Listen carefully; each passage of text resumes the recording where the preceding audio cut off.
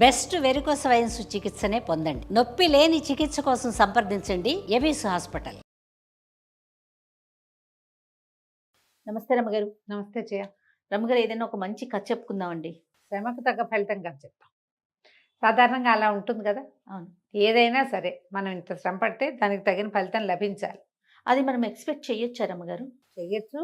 ఎంతసేపు ఫలితాన్ని ఆశించే పని చేయకూడదు. ఎస్, మన పని మనం మనం చేసుకుంటూ పని పోవాలి. మనం చెయ్యాలి. బాగా పనిచేసేవాడికి దానికి తగిన ఫలితం ప్రకృతి ఇచ్చేస్తుంది. వాడికి ఇవాళ కాకపోతే రేపు పొద్దున ఇస్తుంది. ఓకే, నీ పని ఎక్కడికి పోదు. వృధాశ్రమగా ఒక్కొక్కసారి అనిపించవచ్చు, కానీ దీని తాలూకు ఎఫెక్టు ఇవాళ కాకపోతే కాలాంతరంలో అయినా గ్యారంటీగా మనకి భగవంతుడు ఇచ్చేస్తాడు. రైట్, అది జరుగుతుంది. పూర్వమట ఓ పల్లెటూరులో కోటయ్య గారిని ఒక భూస్వామి ఉండేవాడు. ఈయనకి మంచి ఇల్లు, వాకిలి, దొడ్డి, తోట అన్నీ ఉన్నాయి, పొలాలు కూడా ఉన్నాయి. పూర్వం నుంచి వచ్చిన కమతగాళ్ళంతా ఊర్లో వదిలి వెళ్ళిపోయారు. నేనేం చేశాడు, ఒక ఇద్దరు కుర్రాళ్ళని పై ఊర్లలో ఎక్కడి నుంచో పనుల కోసం తిరుగుతున్న వాళ్ళని ఒకళ్ళ వెనకాల ఒకళ్ళని ఇద్దరిని కుదుర్చుకున్నారు. సోమన్న, సూరయ్య ఇద్దరు వచ్చారు. పాతకాలపు పేర్లు ఇవే ఉంటాయి కదా. అవునవును. సరే, వీళ్ళకి ఈ కోటయ్య గారికి బోల్డంత పొలం, ఎడ్లు, అరకలు ఉన్నాయి. ఈ పాలేళ్లుగా చేరిన కుర్రాళ్ళిద్దరు వాళ్ళ జాతి వాళ్ళే, వాళ్ళేం వేరే కులాల వాళ్ళు కాదు. వాళ్ళలోనే ఎక్కడ గడవక ఉన్న మగపిల్లల్ని, కొంచెం బలమైన మగపిల్లల్ని ఇద్దరిని సెలెక్ట్ చేసుకున్నాడు. సోమన్న, సూరయ్య ఇద్దరు కలిసి పొలానికి వెళ్ళేవాళ్ళు. ఈమె అరకట్టి నాగలి పట్టుకుని వెళ్ళి ఎడ్లను కట్టి దున్నుకొచ్చేవాళ్ళు. ఈ సోమన్న మంచి పనిమంతుడు. వాడికి వ్యవసాయం మీద ఆసక్తి, బాగా పని చేసుకోవాలంతే. అదే, కొంచెం మితభాష కూడా. వాడి దారిని వాడు అరకథ కట్టుకుని దున్నుకుంటూ పోయేవాడు. ఈ పొలం అంతా చదును చేయటం, ఆ వ్యవహారం అంతా చక్కగా చేసేవాడు. ఈ సూరయ్య బేసిక్ బద్ధకస్తుడు. రెండో వాడు పని చేస్తున్నాడుగా, కాసేపు ఏదో దున్ని కాళ్ళు లాగుతున్నాయి పోరా అని వెళ్ళి పడుకునేవాడు.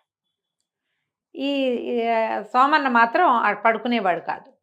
పొద్దుదాకా పని చెయ్యాలి అని చెప్పి పొద్దున్నే ఇంటి దగ్గర, అయ్యగారింటి దగ్గర అన్నది, కోటయ్య గారింట్లో అన్నాలు తినేసి వచ్చేవాళ్ళు. అక్కడికి మధ్యాహ్నం 2:30-3 గంటలు బాగా పొద్దు పైకి ఎక్కేదాకా దున్నుకొని పని చేసుకునేవాళ్ళు. మధ్యాహ్నం తినడానికి కూడా చెరుకో ముద్ద ఏదో కట్టించేవాళ్ళు. వీడు ఇక్కడ రాగానే ఒక అరగంట పనిచేసి ఆ రెండో ముద్ద కూడా తినేసి పడుకునేవాడు సూరయ్య. సోమన్న మాత్రం పనిచేసేవాడు.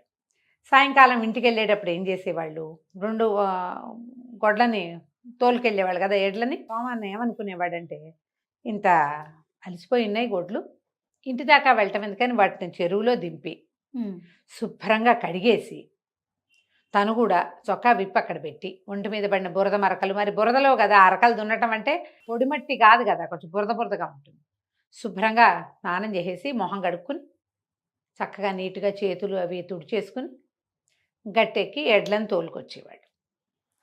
ఈ రెండో వాడు ఉన్నాడు కదా బద్ధకస్తుడు, ఈ సూరయ్య అనేవాడు. వాడికి ఏం పని లేదు.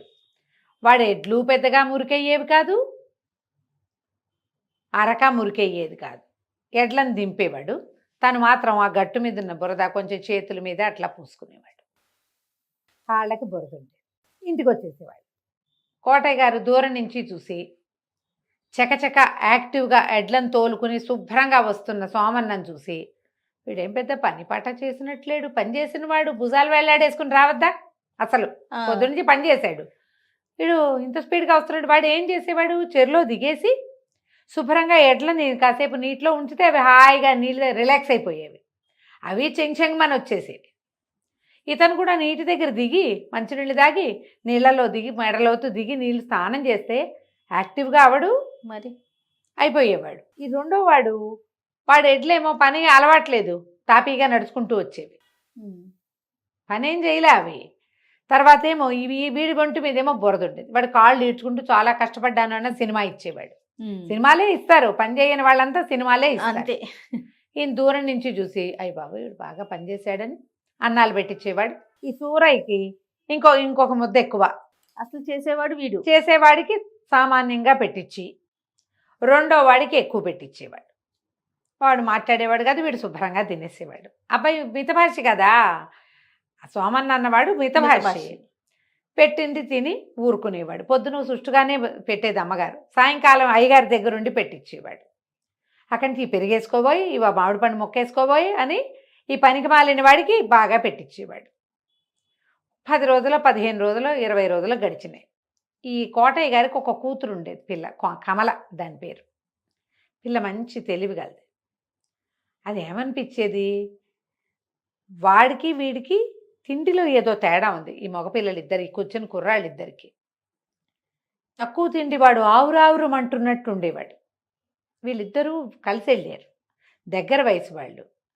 ఇద్దరు ఒకే పని చేసి వచ్చారు. ఒకడు ఎక్కసంగా తింటున్నాడు, ఒకడికి చాలటలేదు. వీడికి ఎందుకు చాలటలేదు, వాడు ఎందుకు ఎక్కసవుతుంది, వాడు 3 పూట్లా తినేసరికల్లా పని లేదుగా. వాడు కడుపులో నొప్పిగా ఉంది, మర్నాడు బతకిచ్చేవాడు, మందకొడిగా ఉండేవాడు, యాక్టివ్గానే ఉండేవాడు. అన్నం చాలలేదు వీడికి, ఈ సూరన్నగా అనిపించేది.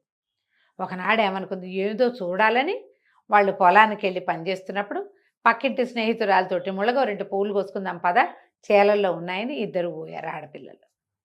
చూసేసరికల్లా ఏముంది, వీడేమో శుభ్రంగా సాగోరి మంచం చెట్టు కింద పడుకుని ఉన్నాడు. వాడి దారిని వాడు చేస్తున్నాడు. మధ్య మధ్యలో వాడే ఆ ఎద్దుల్ని కూడా వీడే అదిలిస్తున్నాడు. ఓహో, అతను చేయాల్సింది కూడా ఇతనే చేస్తా ఉన్నాడు. ఇంటికి వెళ్ళిపోయింది. అమ్మా ఇదేదో జరుగుతోంది అని. సాయంకాలం ఏం చేసింది, చెరువు దగ్గర ఆగింది. ఆ వస్తుంటే మీ పాలేళ్ళు చెరువులో దిగుతారని ఎవరో చెప్పారు. చెరువు దగ్గర ఆగితే ఈ చెరువు దగ్గర ఈ సోమన్న శుభ్రంగా ఎడ్లని బాగా కడగటము, వాడు కూడా మునకలేస్తూ ఈతలు కొడుతూ శారీరక శ్రమ అంతా తీరిపోయేలాగా నీళ్ళల్లో ఇదవ్వటము. ఈ రెండో వాడు గట్టు మించి బుర్ర తీసి మొహానికి చేతులకి పూసుకోవడం చూసేసింది. చూసేసరికల్ ఇంటికి వచ్చి మర్నాడు ఆ పూట అన్నం పెడుతుంటే ఏమన్నది, ఆ నాన్న నువ్వు వాడివి, కాస్త కూడా ఆలోచించవు, పని చేసి శుభ్రంగా వచ్చేవాడికేమో తక్కువ అన్నం పెట్టిస్తున్నావు, ఏ పనికి మాలిన వాడు నిద్రపోతున్న వాడిని వాడికేమో అన్నం ఎక్కువ పెట్టిస్తున్నావు, వాడికేమో అన్నం ఎక్కువైపోయి వెక్కసం అయిపోయి వాడికి పొట్టలో డిస్టర్బెన్స్ వస్తుంది, ఎంతసేపు ఏదో ఒక ఇబ్బంది వస్తుంది కడుపులో, అన్నం అరగటల్లా వాడికి. ఆ అన్నం అరిగి బాగా వంట పట్టాల్సిన వాడికేమో నువ్వు అన్నమే పెట్టించట్లేదు, నీ పనులు ఏమీ బాగుండలేదు నాన్న అని తండ్రికి చెప్పింది. ఆయన ఆశ్చర్యపోయి ఇప్పుడు సోమన్నని అడగాలి. అడగకుండా ఈ సూరయ్యని పిలిచి, ఏమిట్రా సూరయ్య నువ్వేం పని చేయట్లేదండి మా అమ్మాయి, సోమన్నే నీ బదులు వాడి బదులు కూడా పనిచేస్తున్నట్ట, ఏమిట్రా నీ సంగతి అని అడిగాడు. వీడు వెంటనే తిరుక్కొని, చెప్పకేం చేస్తుందండి, మీ అమ్మాయి రోజు పొలానికి వచ్చి సోమన్న గారితో ఏకైకలు పక్కపక్కలు నేను చూసేశాను, నేను చెప్తానని ఇలా తిరిగిందన్నాడు. అయ్యయ్యో, ఆనంగానే ఒళ్ళు మండిపోయింది ఆయనకి. ఆలోచించలా ఇంకా. ఆ సోమన ఆనందిని లేచి చేతులు కడుక్కుంటున్న వాడిని ఏడాపెడా కొట్టేశాడు ఈయన. బుద్ధి కలిగి ఉండాలి, నువ్వు పిచ్చి పిచ్చి వేషాలు వేసావా, మా ఇంట్లో పని చేయడానికి వచ్చావా, పిచ్చి వేషాలు వేయడానికి వచ్చాంటే వాడు ఏం పిచ్చి వేషం వేశాడో వాడికి తెలియదు. దెబ్బలు తిన్నాడు మాట్లాడకుండా, ఏదో కొడుతున్నాడు యజమాని. ఈ కూతుర్ని కాళ్ళు విరకొడతాను నువ్వు ఇంటి నుంచి బయట అడుగు పెట్టావంటే, ఏమిటి వాడితో సరసాలాడడానికి వెళ్తున్నావా నువ్వు అన్నాడు. పిల్ల నిర్ఘాంతపోయింది. నేను సరసాలాడని ఎవరు చెప్పారు నాన్నది, ఎవరు చెప్పడం ఏంటి, చూసిన వాళ్ళే చెప్పారనగానే ఈ పిల్లకి అర్థమైంది. ఓహో, తర్వాత అనిపించింది, అవును నేను వీడితో ఎందుకు సరసమాడకూడదు, వీడు చాలా బుద్ధిమంతుడు. చూస్తే బాగా చూసింది. అప్పటిదాకా అమ్మాయి దృష్టి లేదు, పనికుర్రాళ్ళు అనుకుంటుంది. వాడు చక్కగా ఒడ్డు పొడుగు తెల్లగా కోస్త గోధుమ రంగులో ఎండకి కాలిపోయిన చర్మంగా ఉంటుంది, నెత్తి నిండా జుట్టు, తలకాయ అటు ఇటు తిప్పి చూడ్డు, వాడి పందప కండలు తిరిగి ఉన్నాడు. వీడు బాగున్నాడు. ఇక వీడి మీద దృష్టి పెట్టడం మొదలుపెట్టింది పిల్ల. అయిందా, 2 రోజులు గడిచినాయి. గడిచేసరికల్లా వాడికి భోజనాలు అయిపోయి వెళ్ళిపోగానే ఈ పిల్ల ఏం చేస్తుంది, ఓ ఇంత పెరుగన్నం మీగడ పెరిగేసి అన్నం కలిపి పట్టుకెళ్ళి ఆ సోమన్నకి పెట్టడం మొదలుపెట్టి, మా నాన్నకు తెలియదులే, నా కోసం దెబ్బలు తిన్నావు, హాయిగా ఇది తిను, ఇంట్లో పండు ఫలం ఉంటే వాడికి అప్పచెప్తుంది, పళ్ళు పట్టుకెళ్తుంది, స్వీట్లు హాట్లు పట్టుకెళ్ళి ఇస్తుంది. అయితే తల్లి చూసింది, ఏమిటే వాడి వెనకాల తిరుగుతున్నాడు అంటే, ఎందుకు తిరక్కేమమ్మా, ఏమైంది, నేను ఏదో సరసాలు ఆడానంటున్నాడు నాన్న, అదేదో ఆడితేనే సరిపోతుంది, చూడు లక్షణంగా లేడు, ఇంతకంటే మంచి సంబంధం తెస్తావా నువ్వు, నాకు వీడే నచ్చాడని. ఈవిడ తెల్లపోయింది, ఇదేమిటి ఇట్లా తిరుక్కుంది అంటే కూతురు చెప్పింది, అసలు సూరన్న పనే చేయడు వాడు, ఆ సూరయ్య పని చేయడు, వాడు పడుకుంటున్నాడు, పనంతా ఇతనే చేస్తాడు. వీళ్ళు వచ్చాక మనకి తోటలు దొడ్లు శుభ్రపడ్డాయి, ఆవులు పాలు ఎక్కువ ఇస్తున్నాయి, ఇన్ని పనులు చేస్తాడు, మొత్తం పని అంతా ఒకడే చేస్తున్నాడు.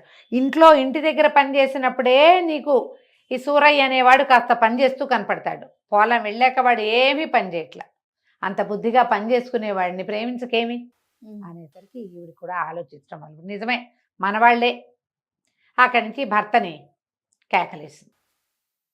మీరు మీ ధోరణి పిల్ల కాళ్ళు వేరు కొడతానన్నావు, ఇంట్లో కూర్చుని ఉంటున్నావు, పని వాళ్ళని పెట్టుకున్నానని పొలం వెళ్ళి చూసిరా, అప్పుడు నీకు తెలుస్తుంది. సరే పొలం వెళ్తే ఆయన కనపడింది. ఒకడేమో అరకలు దున్నేసుకుంటున్నాడు, ఇంకొకటి శుభ్రంగా ఇంకోటి పడుకున్నాడు. శుభ్రంగా పడుకుని ఉన్నాడు. అప్పటికి అయిపోయినాయి, అరకల పని అయిపోయింది. అప్పటికి వాడు ఏం చేస్తున్నాడు, ఈ చేలు అవన్నీ సరి చేయటము, తర్వాత ఏమో అక్కడక్కడ ఉన్న కలుపు మొక్కలు పీకేయటము, గట్లు సరి చేయటము, వేరే పనులు చేస్తున్నాడు. వీడేమో పడుకుని ఉన్నాడు. ఉమ్. ఆయన అడిగాడు, ఏమో ఈ సోమన్న పని ఎట్లా జరుగుతుందంటే బాగుందండి. సూరయ్య ఏం పని చేస్తే వాడేం పని చేస్తాడండి, వాడు పని చేసేది ఎప్పుడూ లేదండి.